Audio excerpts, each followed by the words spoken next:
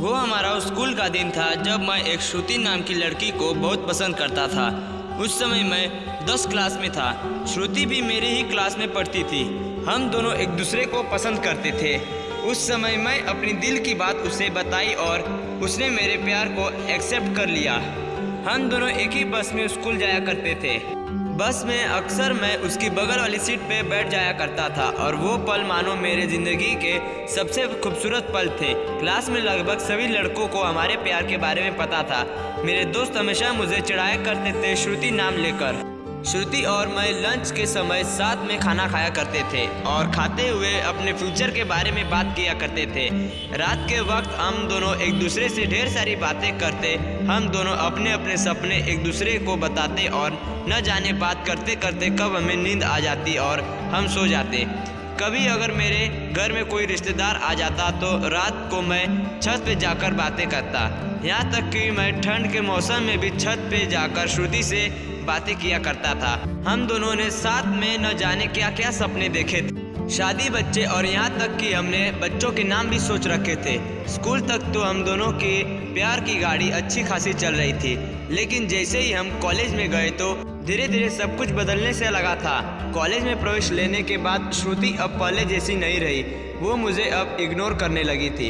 अब न वो अब पहले जैसी बातें किया करती थी और न वो मेरी तरफ देखा करती थी। और मैं सोच में पड़ गया कि श्रुति को क्या होता जा रहा है, वो मेरे साथ ऐसा क्यों कर रही है। एक दिन जब मैं सुबह कॉलेज गया तो श्रुति के एक फ्रेंड से पूछा, देखो ना, पता नहीं श्रुति को क्या हो गया। अब वो मुझसे पहले जैसी बातें नहीं करती, अब वो मुझे इग्नोर करने लगी है। फिर उसकी फ्रेंड ने बताया, मुझे लगता है कि श्रुति को अभय नाम के लड़के से प्यार हो गया है। मैं अक्सर उसे अभय से बात करते हुए देखती हूँ। शायद मुझे लगता है श्रुति अब अभय को पसंद करती है। उसकी फ्रेंड की बातें सुनकर मेरे दिल की धड़कनें बढ़ गई थी। मेरा दिमाग कह रहा था कि श्रुति मेरे साथ ऐसा नहीं कर सकती है, लेकिन दिल कह रहा था कि नहीं, श्रुति ऐसा नहीं कर सकती। मेरी आंखें नम होने लगी थी। मैंने अपने आंसुओं को रोका, लेकिन तब तक भी मैं अंदर से रोने लगा।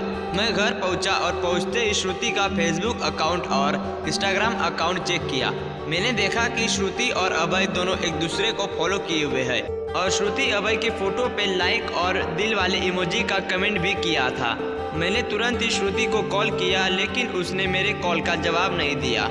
अगले दिन जब मैं कॉलेज पहुंचा तो मैंने श्रुति को अपने पास बुलाया और उससे पूछा, क्या तुम अभय को पसंद करती हो? श्रुति, ये तुम क्या बोल रहे हो? मैं जो पूछ उसका जवाब दो। क्या तुम अभय को पसंद करती हो, हाँ या ना? श्रुति, मैं और अभय एक अच्छे दोस्त हैं। उसने मेरे सवालों का जवाब नहीं दिया। मुझे समझ नहीं आ रहा था कि मैं क्या करूँ। मैं अब काफ़ी चिड़चिड़ा हो गया और छोटी छोटी बातों पे नाराज हो जाया करता था। श्रुति अब पहले जैसी नहीं रही, वो अब बिल्कुल बदल चुकी थी। एक दिन मैंने श्रुति को देखा कि वह अभय का हाथ पकड़कर कॉलेज के ग्राउंड में बात करते हुए एक दूसरे से बातें कर रहे थे। मैंने अपने फ़ोन से उन दोनों का फ़ोटो क्लिक कर लिया। कॉलेज खत्म होने के कुछ दिन बाद मैं श्रुति के पास गया और उससे कहा, श्रुति, मुझे तुमसे कुछ बात करनी है। श्रुति, हाँ बोलो, क्या बात करनी है? मैं, तुम अभय को लाइक करती हो ना? श्रुति, मैंने तुम्हें पहले ही बोला था कि अभय और मैं बस एक अच्छे दोस्त है। मैं, सिर्फ अच्छे दोस्त हो ना? तो ये फोटो देखो, एक दूसरे का हाथ पकड़कर क्या बातें हो रही थी। श्रुति गुस्से से बोली, हाँ मैं उसे लाइक करती हूँ, तुम्हें उससे क्या प्रॉब्लम है? मैं, श्रुति, हम दोनों स्कूल से ही एक दूसरे से प्यार करते आ रहे हैं, तो फिर अभय बीच में कहाँ से आ गया? श्रुति, स्कूल लाइफ तो हमारा बचपन था, वो प्यार नहीं था और हम सिर्फ एक अच्छे दोस्त थे। मैं जा रही हूँ, बाय, हम बस अच्छे दोस्त हैं। ये कहकर वो बड़ी आसानी से चली गई। मेरे और मेरे फीलिंग के बारे में उसने एक पल भी नहीं सोचा। मैंने तो उससे सच्चा प्यार किया था। उस रात मेरे आंखों में आंसू और नज़ारों के सामने वो पुरानी यादें सफाई दे रही थी। उसकी पुरानी फ़ोटो देखकर मैं बस रोता रहा। मुझे कुछ भी खाने पीने का मन नहीं कर रहा था। मेरी भूख प्यास सब मर चुकी थी। मैं बीमार पड़ गया।